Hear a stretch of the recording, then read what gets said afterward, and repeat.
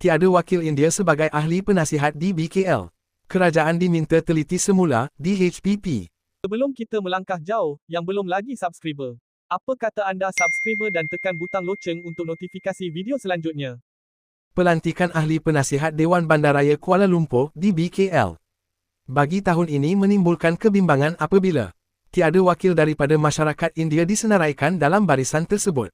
Ketua Dewan Himpunan Pendukung PAS di HPP, Wilayah Persekutuan dari A. Subhash Chandra Bose berkata, perkara itu amat mendukacitakan memandangkan Kuala Lumpur merupakan sebuah bandaraya yang dibina atas kepelbagaian kaum dan budaya.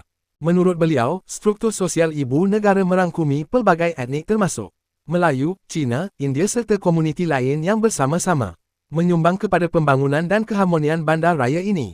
Namun begitu, amat mendukacitakan apabila pelantikan kali ini langsung tidak melibatkan wakil daripada masyarakat India, katanya dalam satu kenyataan pada Isnin. Bagi komuniti India khususnya, kehadiran sekurang-kurangnya seorang wakil dalam barisan ahli penasihat di BKL amat signifikan untuk menyuarakan serta memahami isu-isu yang melibatkan kebajikan, pembangunan komuniti dan keperluan setempat masyarakat tersebut, ujar Subhash.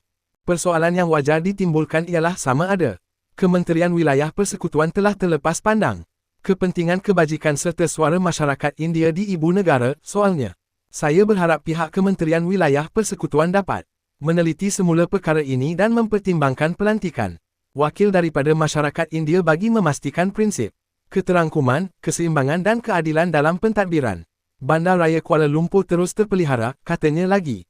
Kuala Lumpur adalah milik semua rakyat Malaysia. Oleh itu, suara setiap komuniti harus diberi ruang dalam proses membuat keputusan demi pembangunan bandaraya yang inklusif dan sejahtera, jelasnya.